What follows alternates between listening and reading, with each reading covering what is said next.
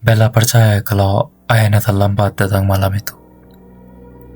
Dia mungkin tidak akan pernah keluar dari hutan hidup-hidup.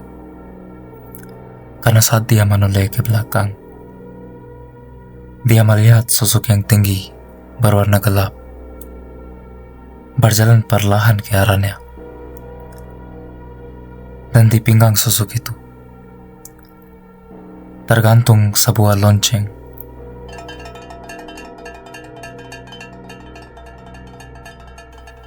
Dan akhirnya semakin dekat sosok itu,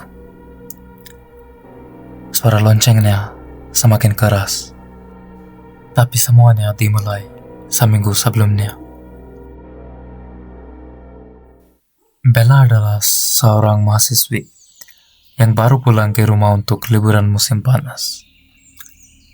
Di dekat rumahnya ada hutan yang sangat luas.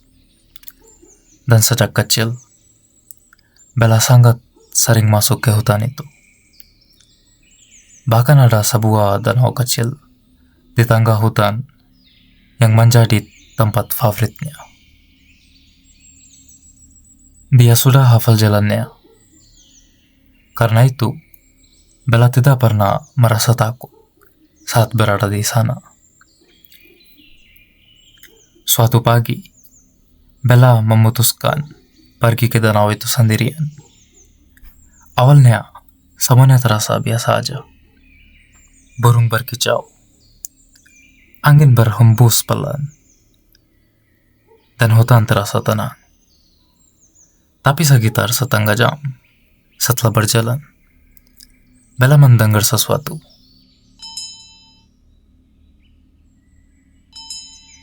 Suara lonceng jauh di depan sana.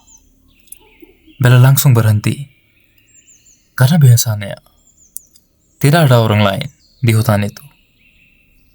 Dia mencoba mendengarkan lagi, dan suara itu masih terdengar, kadang cepat, kadang lambat, seolah ada seseorang yang sedang menggoyangkan lonceng.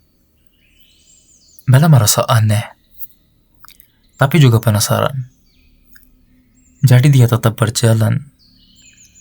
Dia berharap akan menemukan sumber suara itu.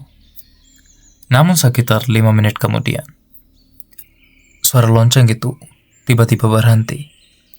Sunyi, benar-benar sunyi.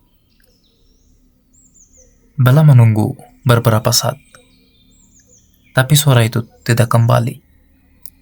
Akhirnya, dia melanjutkan perjalanan. Dan tidak lama kemudian, dia menemukan sesuatu yang membuatnya merinding. Di dekat sungai, ada seekor berang-berang mati.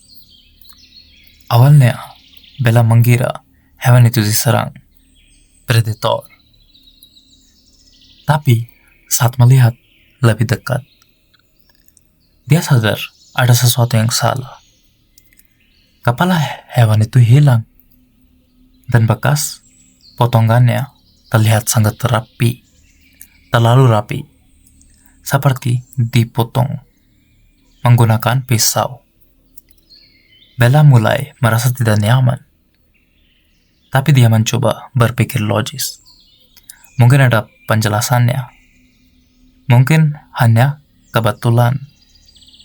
Jadi dia melanjutkan perjalanan ke danau.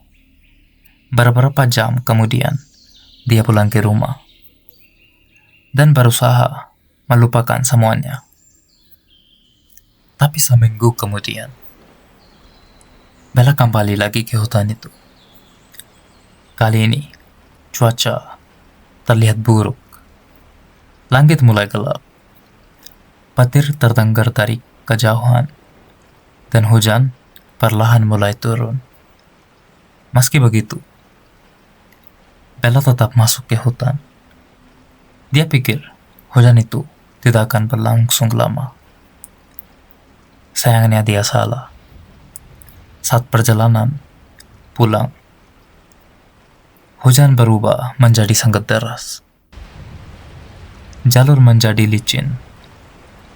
dan suasana hutan terasa jauh lebih menyeramkan.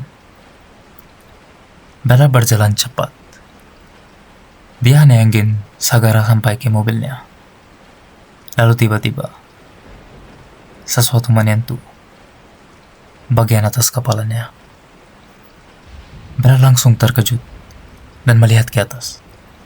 Dan saat itulah, dia berharap tidak pernah masuk ke hutan itu lagi. Barang-barang yang dia temukan minggu lalu sekarang tergantung ke atas jalur, bergoyang terkena angin. Tapi itu bukan bagian terburuknya. Kapal yang sebelumnya hilang sudah dipasang kembali dengan jahitan kasar. Bella langsung mundur beberapa langkah. Jantungnya berdetak sangat kencang karena dia ingat jelas seminggu yang lalu dia menemukan barang-barang itu tergeletak di dekat sungai.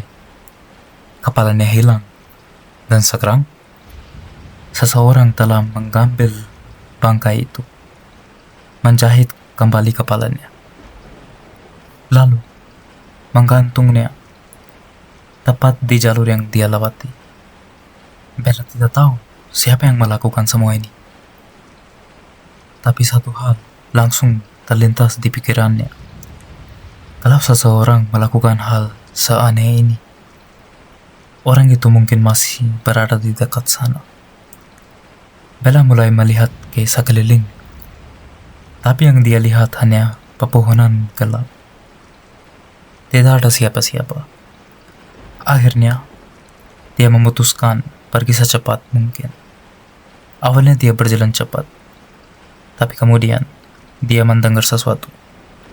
Krek, krek, krek, krek. Seperti ada yang bergerak di antara pepohonan. Bella berusaha tetap tenang, tapi rasa takutnya semakin besar. Dan saat itulah suara lonceng itu terdengar lagi.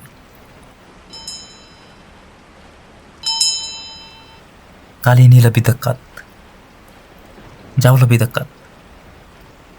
Bella langsung panik. Dia mulai berlari.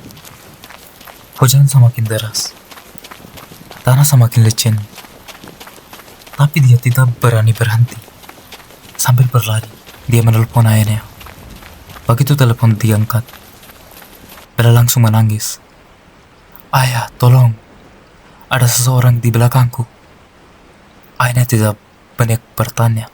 Dia langsung masuk mobil bersama istrinya dan pergi menuju hutan. Sementara itu, Bella terus berlari. Napasnya mulai habis, kakinya terasa lemas. Tapi suara lonceng itu masih terdengar, semakin dekat, seolah apapun yang berada di belakangnya sedang mengejar. Akhirnya Bella tidak tahan lagi. Dia berhenti, lalu perlahan menoleh ke belakang. Di sebuah area terbuka di antara pepohonan, dia melihat sosok tinggi berwarna gelap berjalan ke arahnya. Di pinggang sosok itu tergantung sebuah lonceng, dan setiap langkah yang diambilnya membuat lonceng itu berbunyi ding ding. Bella tidak tahu siapa itu. Dia tidak tahu apa itu. Tapi dia tahu satu hal.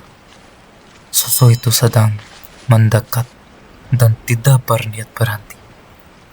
Bella langsung berlari lagi, secepat yang dia bisa. Dia bahkan tidak peduli jika terjatuh. Yang penting keluar dari hutan. Lalu akhirnya, dia melihat ayahnya. Bella langsung berlari ke arahnya. Ayahnya memeluknya dan membawa Bella keluar dari hutan. Malam itu, mereka pergi ke polisi. Keesokan, harinya polisi memeriksa lokasi tersebut. Tapi mereka tidak menemukan apapun. Tidak ada sosok misterius. Tidak ada lonceng. Bahkan, bangkai barang-barang itu juga menghilang. seolah semuanya tidak pernah terjadi. Sampai hari ini, Bella masih yakin bahwa sesuatu mengejarnya malam itu. Dan menurutnya, kalau ayahnya terlambat beberapa menit saja, dia mungkin tidak akan pernah keluar dari hutan itu hidup-hidup.